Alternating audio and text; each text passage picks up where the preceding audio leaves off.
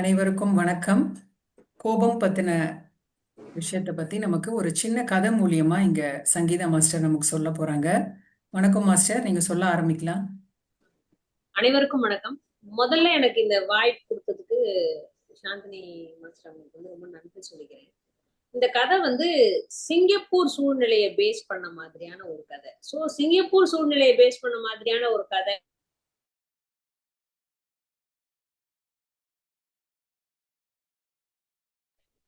என்ன மியூட் பண்ணிட்டீங்க. ஓகே.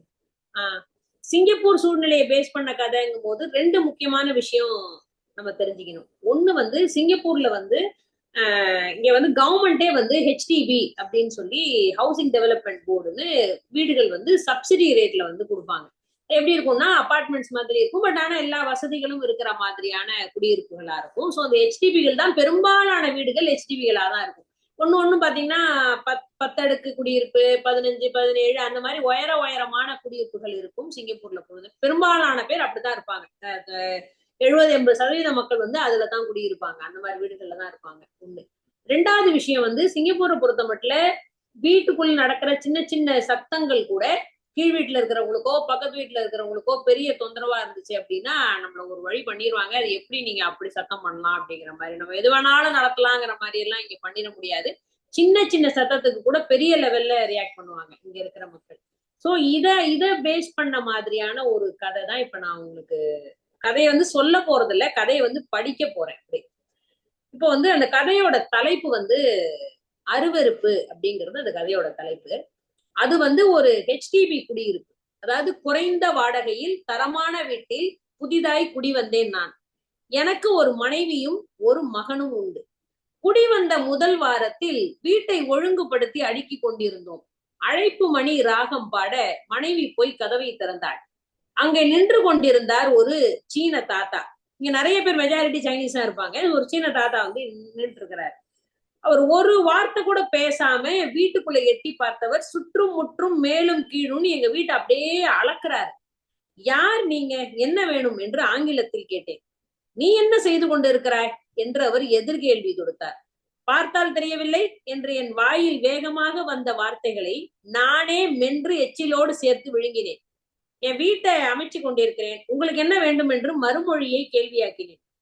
நீ இந்த வீட்டை மட்டும் தானே வாடகைக்கு எடுத்திருக்கிறாய், மொத்த கட்டடத்தையும் எடுத்திருப்பது போல அல்லவா இருக்கிறது நீ செய்கிறது, சத்தம் இல்லாமல் செய்யுங்கள் என்று அவர் மெல்லிய குரலில் ஆனால் காட்டமாக ஆணையிட்டு விட்டு பதிலுக்கு கூட காத்திராமல் சட்டென்று திரும்பி போய்விட்டார். அவர் குரல் மெலிதாக இருந்தாலும் அதில் கோபம் தெரித்தது. இந்த சம்பவம் எனக்கும் என் மனைவிக்கும் சற்றே புரிந்த புதிர். நாம் நாற்காலி, கட்டில் போன்றவை நகர்த்துவது அவருக்கு சத்தம் கேட்டிருந்திருக்கும். கீழ் வீட்டில் இருக்கிறார் போலும், ஆனாலும் எப்படி அவர் மரியாதை இல்லாமல் பேசலாம் என்றெல்லாம் என் மனதிற்குள் நானே கேள்வியாகி, அதே சமயத்தில் சரி வயசானவர் ஏதோ சொல்கிறார் என்று அதற்கு பதிலுமாய் நானே ஆனேன். என் மன உரையாடலை அப்படியே மனைவிக்கு கடத்தி அவளையும் சமாதானப்படுத்தி மிச்ச வேலைகளை சற்று சத்தம் இல்லாமல் செய்ய ஆரம்பித்தோம். 2 மாதம் கழிந்தது. ஒரு நாள் அலுவலக களைப்பும் என் மனைவி மகன் மீது இருந்த உச்சமான கோபமும் ஒன்று சேர்ந்தது. வீட்டில் வாக்குவாதங்கள் அம்புகளாய் துளைத்து தாக்க அறிவிழந்தவனாய் தேநீர் மேசையை எட்டி உதைத்தேன். அதன் பெருங்கண்ணாடி எகிரி பேரோசையுடன் கீழே விழுந்து தரையில் நொறுங்கியது. சிறிது நேரத்தில் படபடவென்று கதவை யாரோ வேகமாக தட்டிய சத்தம். திறந்தால் அதே சீன தாத்தா. உங்களுக்கு எத்தனை முறைதான் எச்சரிக்கை விடுவது, சத்தம் இல்லாமல் உங்களால் இருக்கவே முடியாதா என்று பாய்ந்தார். எனக்கும் பயங்கரமாக கோபம் வந்தது. சார், நீங்க உங்க எல்லையை தாண்டுகிறீர்கள், எந்த சத்தம் கேட்டாலும் ஓடி வந்துருவீங்களா, உங்களை நான் சும்மா விட போவதில்லை என்று மிக வேகமாய் பதில் அளித்து விட்டு அவர் முகத்திலே அறைகிறார் போல் என் கதவை பட்டென்று சாத்தினேன். அடுத்த நாள் முதல் தளத்தில் மின் தூக்கியில் லிப்ட்ல நுழைந்த பொழுது என்னுடனே அந்த தாத்தாவும் லிப்டில் ஏற வந்தார். ஒரு கணம் என்னை நிமிர்ந்து பார்த்தவர் உடனே மின் தூக்கியை விட்டு வெளியே போய்விட்டார். மனதிற்குள் சிரித்து கொண்டேன். அன்னைக்கு போட்ட போட்ல கிழவர் பயந்துட்டார். பாம்பா இருந்தாலும் சீறினால் தான் மரியாதை என்றெல்லாம் என்னை நானே மார்த்தட்டி கொண்டேன். அடுத்த நாள் மாலை நான் வீட்டுக்கு வரும் பொழுது எங்கள் குடியிருப்பின் முன் ஒரு ஆம்புலன்ஸ் நின்றது. சிலர் சுற்றி நின்று கொண்டிருந்தார்கள். நான் எனது நடையை நிறுத்தினேன். மனதில் ஏதோ குறுகுறுக்க மெதுவாக எட்டி பார்த்தேன்.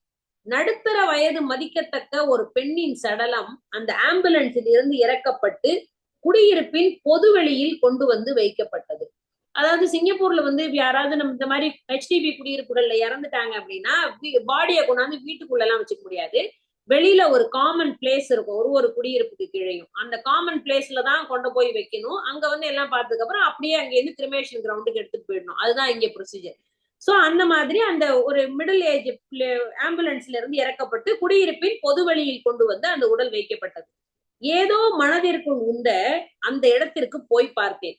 கண்ணாடி பெட்டிக்குள் இருந்த அந்த பெண்ணின் காலடியில் தன் தலையை சாய்த்து வைத்து அந்த சீன தாத்தா கண்ணீர் வடித்துக் கொண்டிருந்தார். அருகில் இருந்தவரிடம் மெல்ல பேச்சு கொடுத்தேன், என்ன நடந்தது என்று. ஸ்டாட்டில் எபிலெப்சி என்ற வலிப்பு நோயினால் இந்த பெண் அவதிப்பட்டு வந்ததாகவும் 2 நாட்கள் முன் அந்த வலிப்பு அதிகமாகி மருத்துவமனையில் சேர்க்கப்பட்டு நேற்று இரவு அந்த பெண் இறந்தும் விட்டிருக்கிறாள். சில வருடங்களுக்கு முன் மனைவியை இழந்த அந்த சீன தாத்தாவின் ஒரே பெண்ணும் இவளே, ஒரே உறவும் இவளே அப்படின்னு அவர் சொன்னார். வீட்டிற்கு வந்தேன், மனைவி வீட்டில் இல்லை. குளித்து விட்டு வந்தேன், உள்ளே நுழைந்தாள். பாவம் அந்த கிழவர், அவரோட பொண்ணுக்கு ஏதோ வலிப்பு நோயாம், ஆனாலும் அவருக்கு வேண்டியதான், ரொம்பதான் துள்ளுனாரு என்று மனைவியிடம் கூறினேன். மனைவி வாயே திறக்கவில்லை. ஏய் என்ன ஆச்சு என்று அவளை உலுக்கினேன். ஸ்டாட்டில் எபிலெப்சி என்றால் எதிர்பாராத சின்ன சத்தத்தினால் கூட நரம்புகள் அதிர்ந்து அதனால் வரக்கூடிய வலிப்பு நோயாம். அன்றுதான் நம் வீட்டில் கண்ணாடி நொறுங்கி பெரும் அதிர்வை கிளப்பியது என்றாள். உறைந்தே போனேன், குற்ற உணர்ச்சியில் குறுகியே போனேன். அடுத்தவரை பற்றி எதுவுமே தெரியாமல் தன்னை பற்றி மட்டுமே யோசிக்கிற சுயநலமையாய் ஆணவத்தோடு வாழ்கின்ற அற்ப பதராய் இருந்து விட்டதை எண்ணி குன்றினேன். அன்று அவர் மின் தூக்கியிலிருந்து வெளியே போனதன் காரணம் பயம் இல்லை, மிதமிஞ்சிய அருவருப்பு என உணர்ந்தேன். நடுநடுங்கினேன். பெரும் கோபத்தின் முடிவு பேரழிவோ. இதான் அந்த கதை.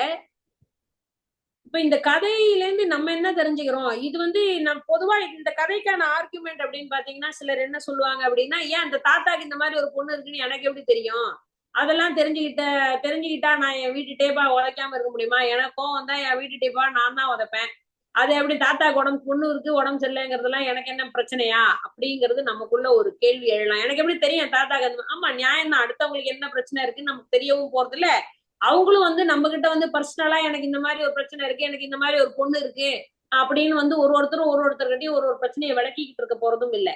ஆனா பொதுவா நம்ம தெரிஞ்சுக்க வேண்டியது, நம்மளோட கோபம் அப்படிங்கிறதுக்கு எந்த விதமான எல்லையும் நம்ம கிட்ட இருக்க இல்ல. அது எப்படி வேணாலும் காமிக்கலாம், யாருகிட்ட வேணாலும் காமிக்கலாம், எங்க வேணாலும் காமிக்கலாம்னு அது ஒரு உரிமை மாதிரி நம்ம எடுத்துக்கிறோம். நம்ம கோபம் வந்துச்சா ஒண்ணு பண்ண வீட்டுல மனைவியிட்ட காமிக்கிறது, இல்ல மனைவியை காமிக்க முடியலையா பிள்ளைகிட்ட காமிக்கிறது, இல்ல பிள்ளைகிட்ட யார்கிட்டையும் காமிக்க முடியல வெளியில யார்ட்டையாவது காமிக்கிறது, இல்ல ஆபீஸ்ல கோவமா அதை கொண்டாந்து வீட்டுல குப்பை மாதிரி கொண்டாந்து டபால்னு கொட்டுறது. வீட்டுல இருக்கிறவங்களுக்கு அது வலிக்குமா வலிக்காதா நம்ம காட்டுறது எவ்வளவு தூரம் சரி தப்புங்கிற அந்த நிதானமே நம்ம கிட்ட இருக்கிறது இல்ல. பொதுவா இந்த மாதிரி எங்கேயுமே நிதானம் இல்லாம நம்ம செய்யக்கூடிய சில விஷயங்கள் அடுத்தவங்களை எவ்வளவு பாதிக்குதுங்கிறத பத்தி நமக்கு ஒரு அக்கறையே கிடையாது, தெரியவும் தெரியாது. நமக்கு அதோட பின் விளைவுகள் என்னங்கிறத பத்தி நம்ம வீட்டுல நடந்தாதான் நமக்கு தெரியும், பக்கத்து வீட்டுக்காரனுக்கு நடந்தா அது என்னங்கிறதே நமக்கு தெரியாது. சோ இந்த கதையை வந்து அப்படி ஒரு பின்விளைவு நமக்கு தெரிய வரும் பொழுது நம்ம எவ்வளவு சுயநலமா இருந்திருக்கோம், நம்ம கோவத்தை பத்தி மட்டுமே தான் நம்ம யோசிச்சிருக்கிறோம், நம்ம அதுக்கு எப்படி ரியாக்ட் பண்ணணுங்கிறத பத்தி மட்டும்தான் நம்ம கவலைப்பட்டிருக்கோம். நம்ம ரியாக்ட் பண்ணும்போது அது அடுத்தவங்களை எவ்வளவு பாதிக்குதுங்கிறத பத்தி துளி கூட நம்ம யாரும் கவலைப்படுவதில்லை. பொதுவா இப்ப கார்ல போகிறோம் டிராபிக்ல போறோம்னா பொதுவா பக்கத்துல இருக்க ஹார்ன் அடிக்கிறது இடிக்கிறது எல்லாமே எதனாலன்னா அடுத்தவங்களை பத்தின எந்த கவலையும் இல்ல, தான் போகணும் தான் வாழணும் அதை பத்தி மட்டும்தான் யோசிச்சு ஒரு வாழ்க்கையை நம்ம வந்து ஒரு சுயநலமா தான் வாழ்ந்துட்டு இருக்கிறோம். சோ இப்ப இந்த மாதிரி உங்களை மாதிரி மெடிடேஷன் பண்ணிட்டு இருக்கிற இந்த மாதிரி உங்களை பார்க்கும்போது இந்த கோபத்தை கண்ட்ரோல் பண்றதுக்கு, இந்த ஆங்காரத்தை ஒரு செல்ஃபிஷ்னஸ் குறைக்கிறதுக்கு இந்த மெடிடேஷன்லாம் மிகப்பெரிய வழியில வந்து உதவி பண்ணணும். சோ இத வந்து நம்ம 4 பேர் பண்றோம், ஒரு 8 பேர்கிட்ட சொல்லணும், அது ஒரு 10 பேர்கிட்ட சொல்லணும், ஒருத்தரும் ஒரு பெரிய சர்க்கிள் இந்த மாதிரி ஒரு வட்டம் கிரியேட் பண்ண முடிஞ்சது அப்படின்னா அது ஒரு பெரிய லாபகரமான விஷயமா இருக்கும். உங்களுக்கு இல்ல எனக்கு இல்ல, இந்த கோபம் நமக்கு இல்ல, நம்மள பாதிக்கக்கூடிய இதனால பாதிக்கப்பட்டவங்களுக்கும் அது ஒரு பெரிய லாபகரமானதாக இருக்கும்னு நினைச்சதுனால இந்த இடத்துல இந்த கதையை சொல்லலாம் அப்படின்னு முடிவு பண்ணி என்ன சாந்தினி மாஸ்டர் கேட்டேன். அவங்க வந்து சரி இது வந்து இட்ஸ் கைண்ட் ஆஃப் எமோஷன் தான். இதை வந்து கண்ட்ரோல் பண்ண தெரியாம தான் நிறைய பேர் கஷ்டப்படுறாங்க. அதனால கண்டிப்பா அதை பத்தி பேசலாம்னு சொன்னாங்க. அதனால இந்த கதையை சொல்றதுக்கு இங்க ஒரு வாய்ப்பா அதை எடுத்துக்கிட்டேன். நன்றி. ரொம்ப நன்றி சங்கீதா மாஸ்டர். இதுல இருந்து நம்ம என்ன கத்துக்கிட்டோம்? கோபம்ங்கிறது ஒரு பேராபத்து அப்படிங்கிறத இந்த கதை வந்து ரொம்ப நல்லா நமக்கு வந்து எடுத்து சொல்லியிருக்கு. அது வந்து நமக்கு மட்டும் இல்ல, மற்றவங்களுக்கும் பாருங்க அது எவ்வளவு ஒரு ஆபத்து கொடுக்குது அப்படிங்கிறது. ஸோ அதனால நம்ம வந்து தியானம்ங்கிறது இங்க எவ்வளவு முக்கியம்னு தெரியுதா? ஸோ தியானம் எதுக்காக நம்ம பண்றோம்? நம்மளுடைய உணர்வுகளை கட்டுப்பாட்டுக்குள்ள வைக்கிறதுக்காக தான் இந்த தியானம் அப்படிங்கிறத நம்ம செய்கிறோம். ரொம்ப நன்றி சங்கீதா மாஸ்டர், இந்த அற்புதமான கதையை எங்களுக்கு சொன்னதுக்கு. எங்களுக்காக நீங்க நேரம் ஒதுக்கி இந்த கதையை நீங்க செலக்ட் பண்ணி சொல்லியிருக்கீங்க. ரொம்ப சிறப்பா சொன்னீங்க. இதனால நாங்க கத்துக்கிட்டோம். ஆக்சுவலா இந்த ஒரு ஒரு இன்சிடென்ட் வந்து இந்த கதையில வந்து அந்த இன்சிடென்ட் நல்ல ஒரு இம்பாக்ட் எல்லாருக்குமே கொடுத்துருக்கோம். ரொம்ப நன்றி மாஸ்டர். நான் இதோட இந்த செஷனை என் பண்ணிக்கிறேன். கேள்விகளுக்கு நம்ம அப்புறம் போகலாம்.